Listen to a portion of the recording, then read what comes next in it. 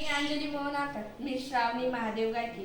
आम्ही जिल्हा परिषद प्राथमिक शाळा सायगाव येथील विद्यार्थिनी आहोत. आम्ही विकसित भारत अंतर्गत नवीन कल्पना सादर करत आहोत. आमच्या प्रोजेक्टचे नाव आहे सेंद्रिय खत व निर्मिती.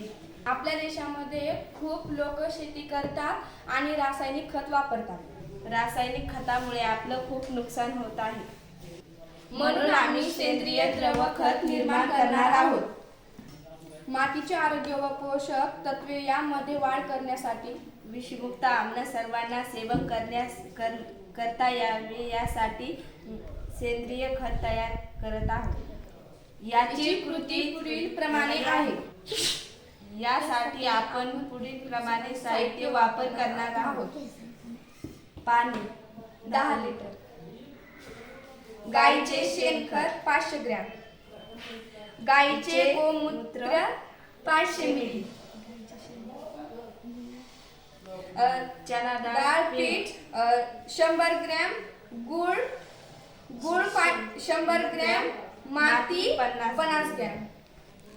हे साहित्य आपण घेणार आहोत. हे साहित्य आपल्या घरी मिळते. तर आपण द्रव खत निर्माण करू.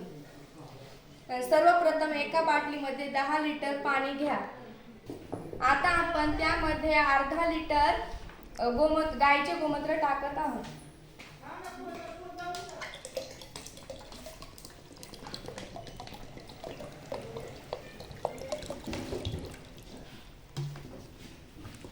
त्यानंतर आपण त्याला चांगलं ढवळून घेणार आहोत.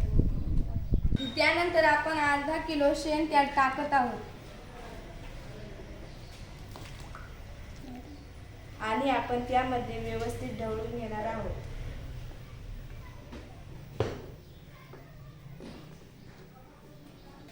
त्यानंतर आपण 50 ग्रॅम गूळ टाकत आहोत. त्यानंतर व्यवस्थित ढवळून घेऊ. नंतर आपण 50 ग्रॅम हरभऱ्याचे पीठ टाकत आहोत.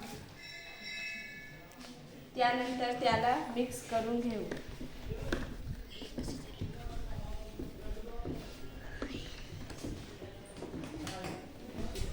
त्यानंतर आपण